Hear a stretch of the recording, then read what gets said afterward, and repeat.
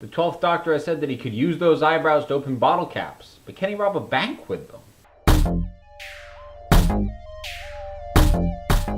Time Heist. Now this is a sort of an episode for Doctor Who that can really go either way. It's a sort of very self-contained story. It's very confined to a single location, narrow corridors. Really, they're just kind of reusing the same sets, different lighting, different angles over and over again. You can catch what they're up to, but that doesn't necessarily make it a bad thing. When they do this sort of thing right, we get the God complex. When they do it wrong, we get 42. Time Heist lands about in the middle. It's a decent opening setup, and actually I'll definitely grant the season so far, it's gone for strong opening setups. And the one where I didn't like the opening setup, which was Robot of Sherwood, they sold it once you were there so well it didn't matter. What we've got at the start here is the Doctor, Clara, and two new folks who we've never met before getting instructions on how to rob a bank, and they don't know what they're after or why they even agreed to do it. Oh, and they're about to be discovered and incinerated on top of that. So we are literally off and running right off the bat. The new characters who get thrown at us in this episode are very lively. The two people working with Clara and the Doctor to try and break into the bank, they got really strong chemistry, just the four of them together. They make a good team. The villains in this one, sort of very proper, all business types. Works very well when you're doing that sort of corporate villain, which this basically is. We've got our monster known as the Teller. Now this thing has been seen a fair bit in promotional material. We got glimpses of it in various trailers. There were photos of it. We didn't really know what it was. Well, it's a little frightening, to be honest. And it works well for what they intended it for. Now, as I said, the episode is fun. It's energetic. This series so far seems to be kind of alternating back and forth between light and bouncy and heavier episodes. We started off with one that balanced that pretty well onto itself, and then we got a darker episode, then a lighter episode, then a darker episode. This one goes a bit lighter again.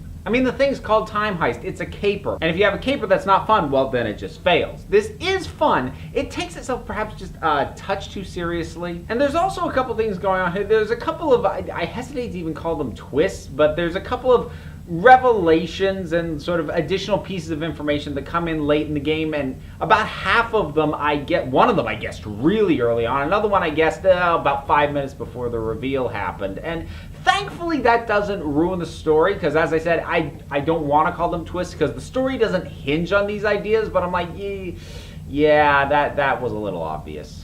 That said, there are a few surprises that actually work, that play well enough. So again, it's a bit of a balance. Clara really seems to have found her groove by this episode. She's become a bit more adaptable and just sort of bouncing along with whatever the Doctor throws at her, which is nice, especially considering where she started with the episode Deep Breath, which was Capaldi's first episode, where she just wasn't rolling with this new thing, which really annoyed the heck out of me, to be honest. But now she seems to have found her rhythm as a character, and the actress Jenna Coleman has developed a pretty good rapport with Capaldi as well. Now he's doing fantastic work. The Doctor feels a little bit more of a focus on this episode than he's been sometimes.